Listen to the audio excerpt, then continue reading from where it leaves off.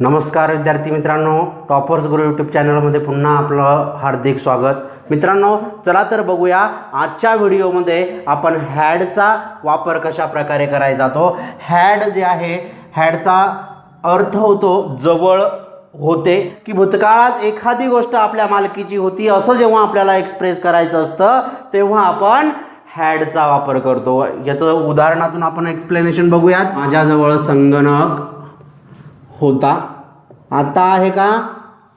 नाही आहे, पण भूतकाळामध्ये होता. मग जेव्हा आपण भूतकाळातील एखादी गोष्ट आपल्या पोझिशनमध्ये होती, आपल्या मालकीची होती किंवा आपल्या जवळ होती असं जेव्हा एक्सप्रेस करायचं असतं तेव्हा आपण हॅडचा वापर करतो. I had a computer.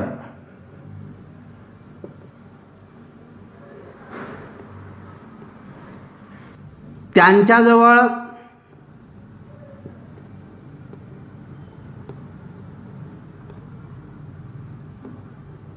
एक मोठा बंगला होता. दे हॅड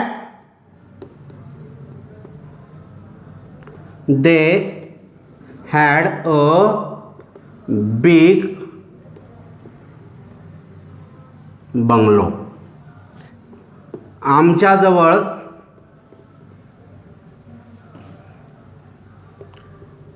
शंभर एकर जमीन होती. We had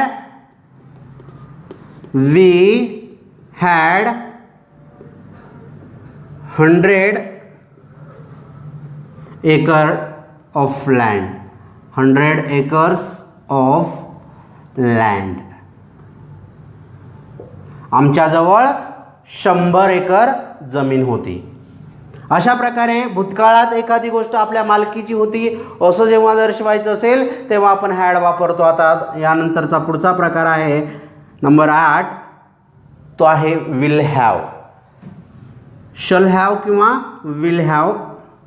shall oblique will plus have. जवळ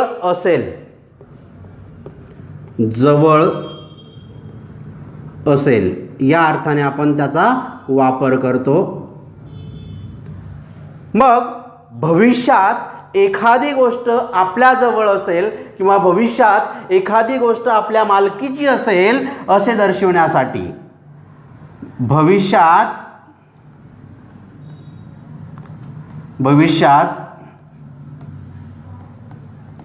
एखादी गोष्ट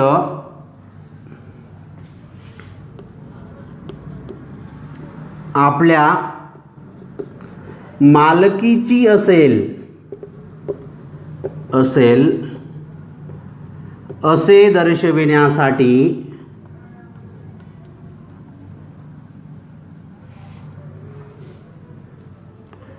शल ऑब्लिक विल प्लस हॅव चा वापर होतो.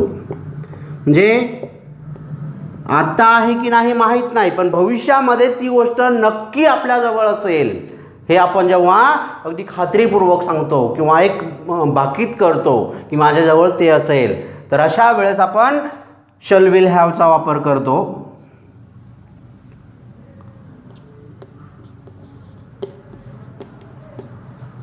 विद्यार्थ्यांजवळ लॅपटॉप असेल.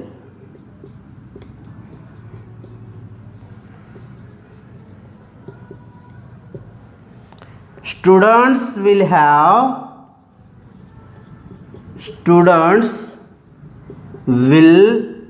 Have laptop. नेक्स्ट,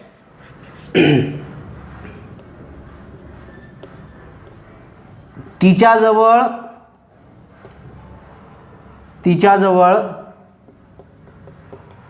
स्वतःचा दवाखाना असेल. तिच्याजवळ स्वतःचा दवाखाना असेल. She will have own hospital.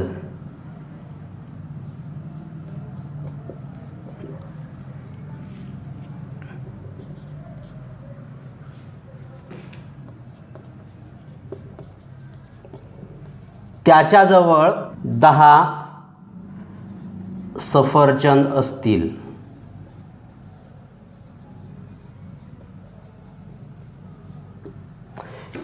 He will have 10 apples. M is R plus 2. याचा अर्थ होतो च आहे, च आहे. कशासाठी वापरतो आपण एम इज आर प्लस 2?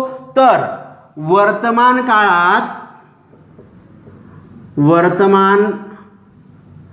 काळात एखादी गोष्ट करण्याची इच्छा आहे असे दर्शविण्यासाठी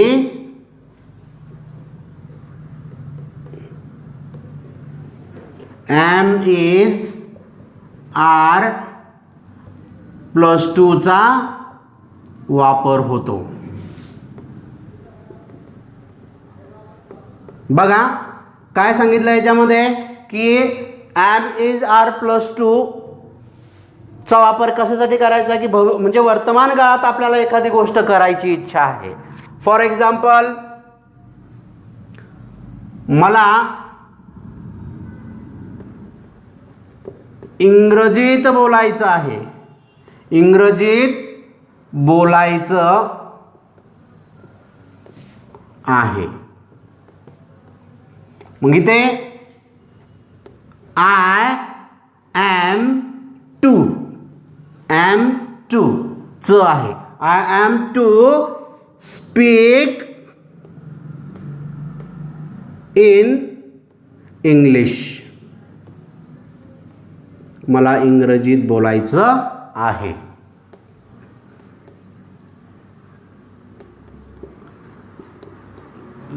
त्यांना नवीन ड्रेस खरेदी करायचा आहे. मग दे सोबत आपण आर वापरतो. They are to purchase a new dress.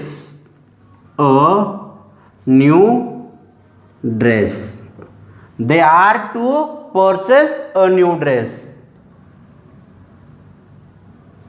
पुढचं उदाहरण,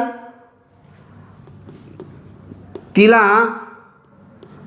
IAS अधिकारी बनायचं आहे. तिला IAS अधिकारी बनायचं आहे. She is to become an IAS officer.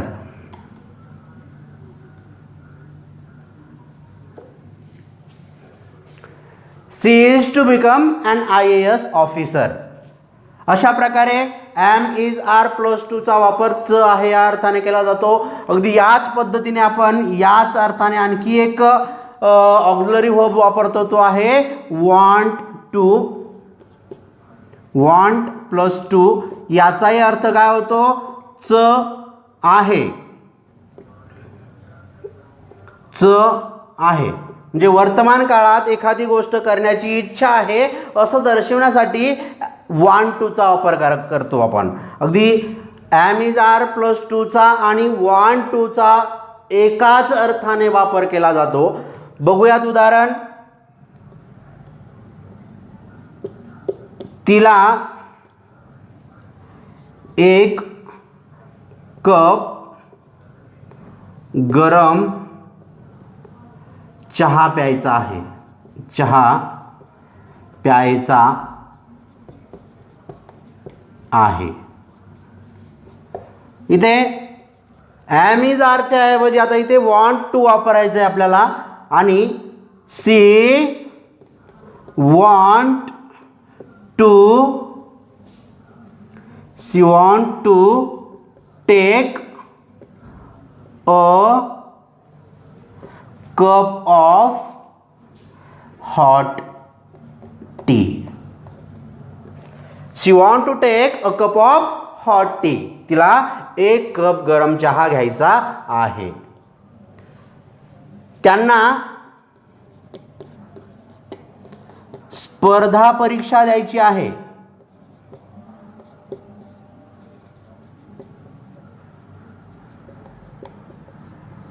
त्यांना स्पर्धा परीक्षा द्यायची आहे.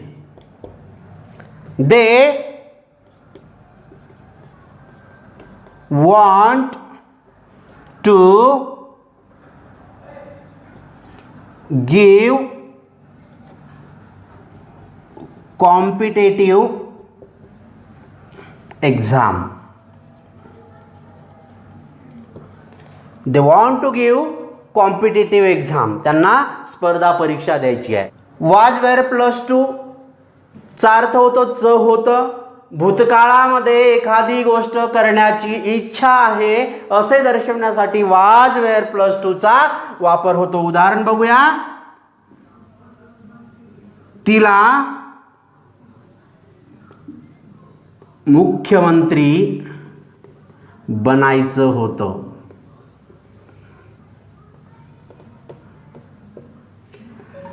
C was to become the chief minister. Chief minister. She was to become a chief minister. आम्हाला मुंबईला जायचं होतं. आम्हाला मुंबईला जायचं होतं. We were to go to Mumbai. अशा प्रकारे वॉज वेअर प्लस टू चा वापर देखील आपल्याला करता येतो. त्यानंतर नंबर 12 ला आपण बघतो आहे have oblique has plus two. Have oblique has plus two याचा अर्थ होतोय व लागतं. म्हणजेच वर्तमानात इच्छा नसतानाही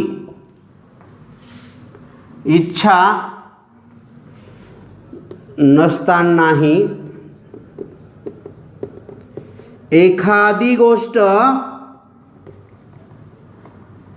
करावी लागते असे दर्शविण्यासाठी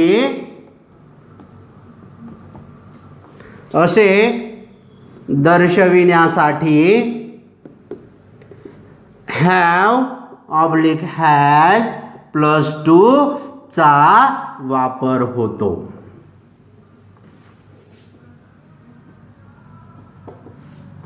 वर्तमान काळात एखादी गोष्ट करायची इच्छा नाही तरी देखील आपल्याला ती गोष्ट बाय फोर्स एखाद्या बंधनामुळे ती करावी लागते किंवा एखाद्या गोष्टीचं आपल्याला असणारं ऑब्लिगेशन असतं, त्याच्यामुळे ती गोष्ट करावी लागते असं दर्शवण्यासाठी हॅव हॅज प्लस टूचा वापर होतो.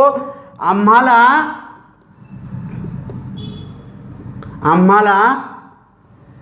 अभ्यास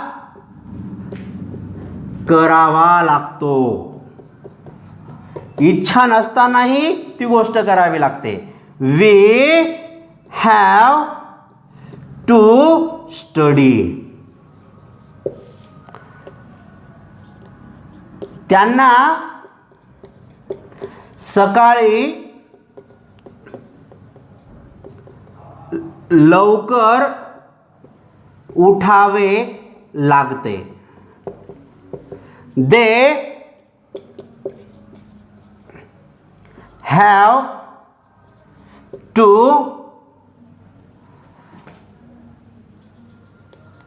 gate up early in the morning.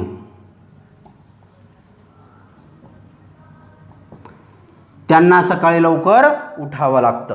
शिक्षकांना प्रश्नपत्रिका काढावी लागते.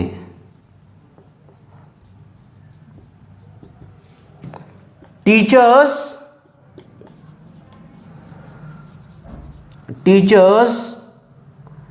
have to take out question paper.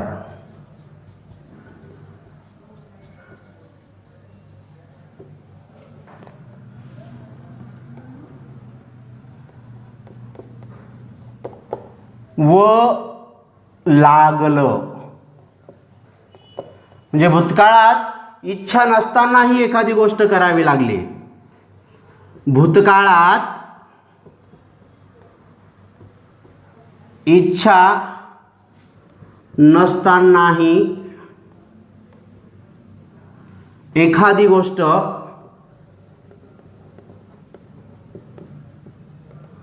करावी लागली असे दर्शविण्यासाठी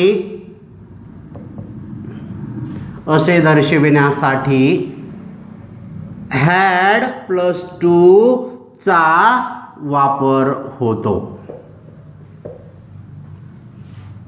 एक्झाम्पल,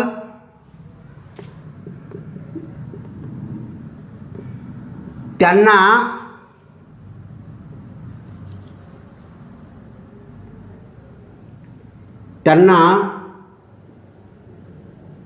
प्रवास करावा लागला.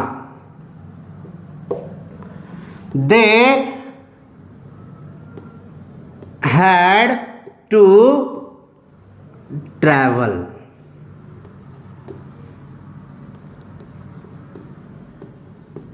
प्राण्यांना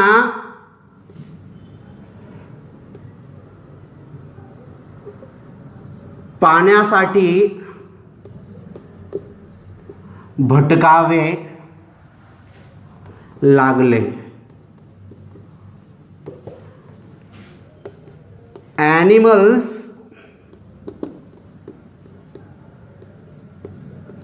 had to wander for water.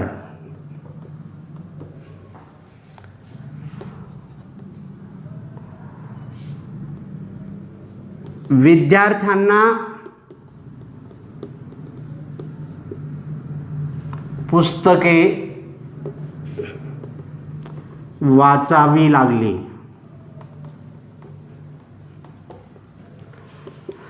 Students had to read books.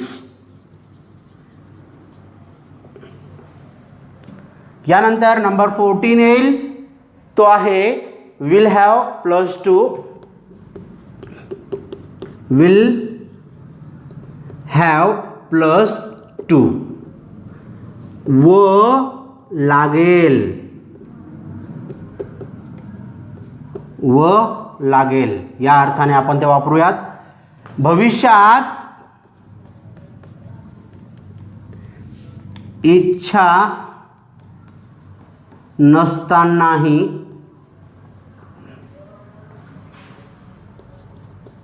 एखादी गोष्ट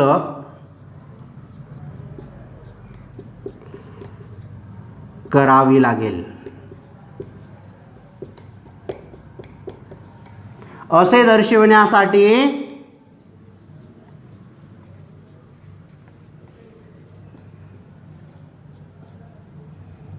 will have +2 चा वापर होतो.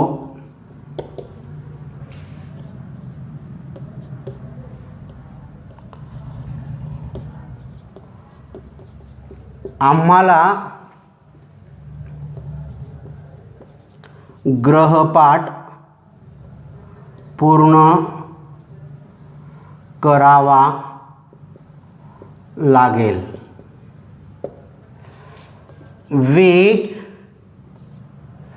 we will have to complete homework.